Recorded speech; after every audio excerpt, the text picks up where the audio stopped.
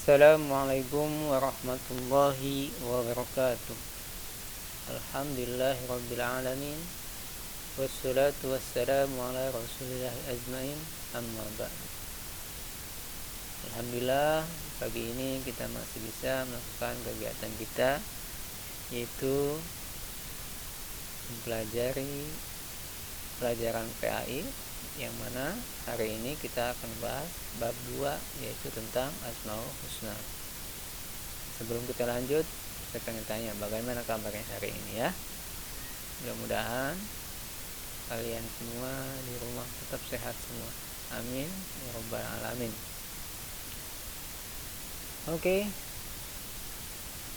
kita lanjut saja ke bab 2, yaitu membahas tentang Asmaul Husna. Siapa sih yang udah tahu? Coba dari kalian, Asmaul Husna itu apa sih? Asmaul Husna, oke, kita lihat.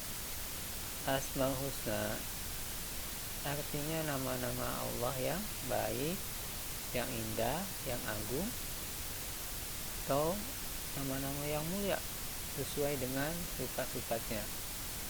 Dalam artian atau dalam cara bahasa, asma artinya nama dan husna artinya yang baik atau yang indah ya. Jadi Asmaul Husna adalah nama-nama milik Allah yang baik dan yang indah. Asmaul Husna ini sangat dianjurkan ketika kita mau berdoa, misalkan ya Rahman, ya Rahim, ya Kudus, dan yang lainnya. Disesuaikan ya.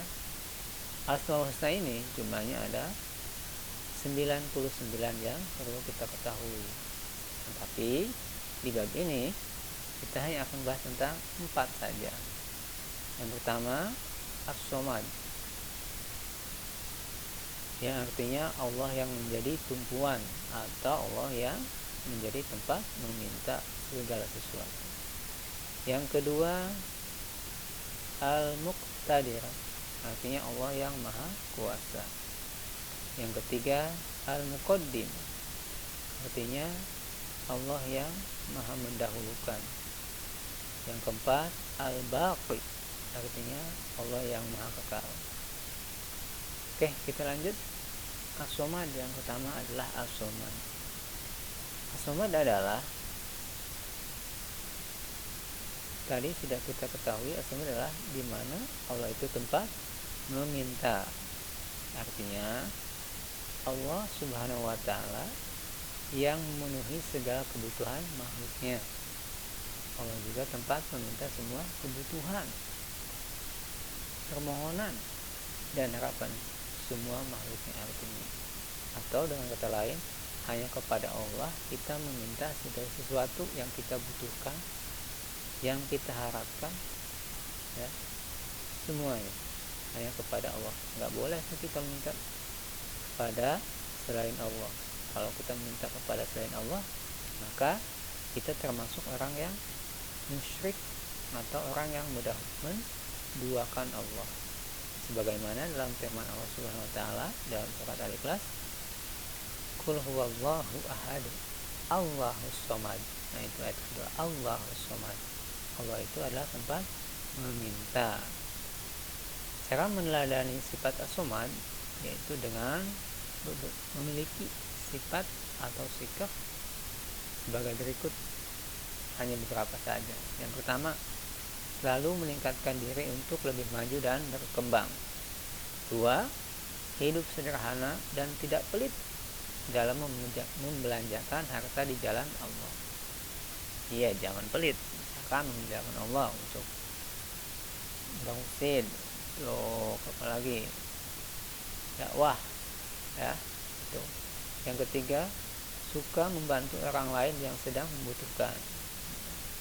Kalau ada yang butuh sama kita, kita kasih. Jadi jangan nunggu diminta. Kalau bisa, walaupun gak diminta, kita punya, silahkan untuk menyalurkan. Yang ketiga, selalu berdoa dan rendah hati atau tidak sombong kepada orang lain. Oke, yang kedua yaitu Asmaul Husna Al-Muqtadir, yang mana Allah yang maha menentukan segala sesuatu menurut kehendaknya. Jadi Allah itu mau ngapain ya cuman Allah, sesuai dengan kehendaknya. Tidak ada yang bisa memaksanya, karena Allah Subhanahu wa taala bisa memberikan atas segala makhluknya, baik dengan memberikan hukuman ataupun melimpahkan rahmatnya. Ya, Allah itu maha kuasa atas segala sesuatu. Mau ngapain Allah yang berhak, ya. Tidak ada yang bisa memaksanya. Mau bikin makhluk lain, ya terserah Allah, karena Allah maha kuasa. Nah, cara meneladani sifat Al-Muqtadir adalah dengan menguatkan keyakinan bahwa segala yang baik dan buruk pada hakikatnya yaitu berasal dari Allah. Sebagaimana firman Allah Subhanahu wa taala dalam surat Al-Kahfi ayat 45, "Wa kana Allahu 'ala kulli syai'in muqtadira." Dan Allah maha kuasa atas segala sesuatu. Cara meneladani sifat Al-Muqtadir yaitu dengan beberapa contoh. Yang pertama, selalu semangat dalam belajar. Kedua, disiplin dalam memanfaatkan waktu. Tiga, merasa tidak cukup dengan kemampuan yang ada. Oke, langsung saja. Yang ketiga adalah Asmaul Husna Al-Muqaddim. Al-Muqaddim artinya Allah yang maha mendahulukan segala sesuatu yang dikehendaki untuk didahulukan, dan tidak ada satupun yang dapat mengatur apa yang ingin dia dahulukan. Ya. Jadi Allah mau ngedahuluin apa, itu terserah Allah, ya, karena Allah maha yang mendahulukan. Mau mengakhirkan yang mana, ya terserah Allah, karena kita hanya sebagai makhluk itu tidak bisa berbuat apa-apa, karena Allah ada Al-Khaliq yang maha pencipta. Nah, jadi Allah itu maha mendahulukan. Allah mau mendahulukan hidayah pada seorang, yaitu kehendak Allah atau hak Allah, ya, dan mengakhirkan azab terhadap sesuatu atau hukuman terhadap seseorang, yaitu kehendak Allah juga atau hak Allah juga, sebagaimana firman Allah dalam surat Al-Isra ayat 18, "Man kana yuridul ajilata ajjalna lahu fiha ma nasya liman yuridu tsumma ja'alna lahu jahannama yasla madmuman madhura." Nah, bagaimana cara meneladani sifat Al-Muqaddim? Yaitu dengan memiliki beberapa contoh sikap.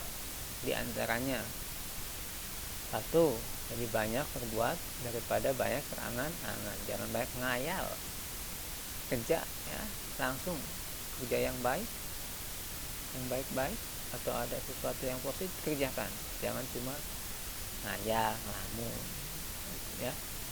Yang kedua, menunjukkan sikap semangat daripada putus asa.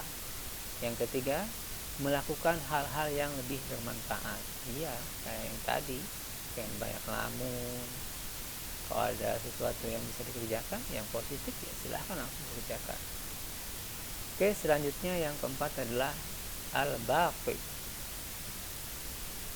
Al-Baqi adalah Allah, artinya Allah maha kekal, maha abadi.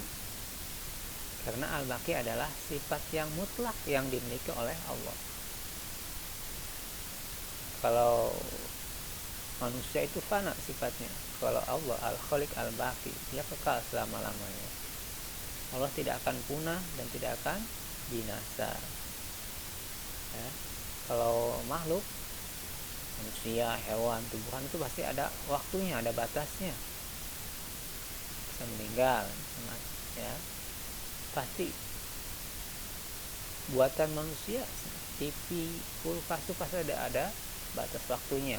kegunaannya pasti suatu saat akan apa tadi, suatu saat akan binasa. Kalau makhluk itu ya, makhluk itu akan binasa.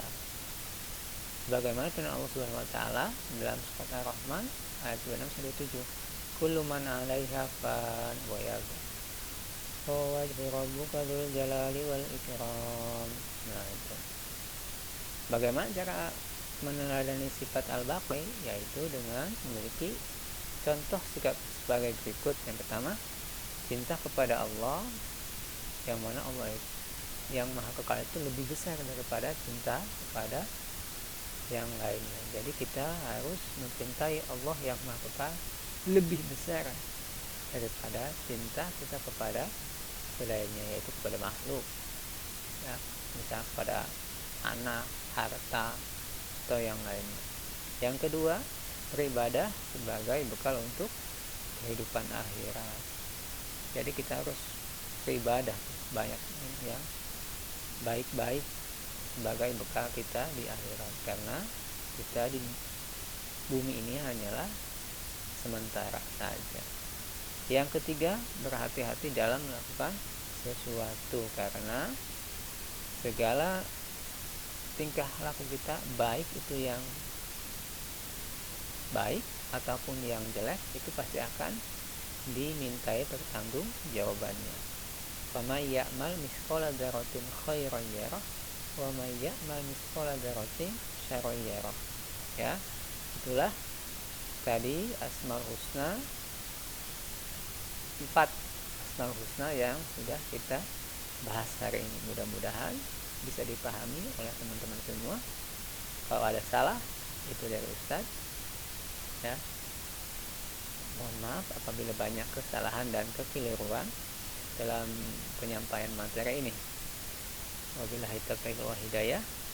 Assalamualaikum warahmatullahi wabarakatuh.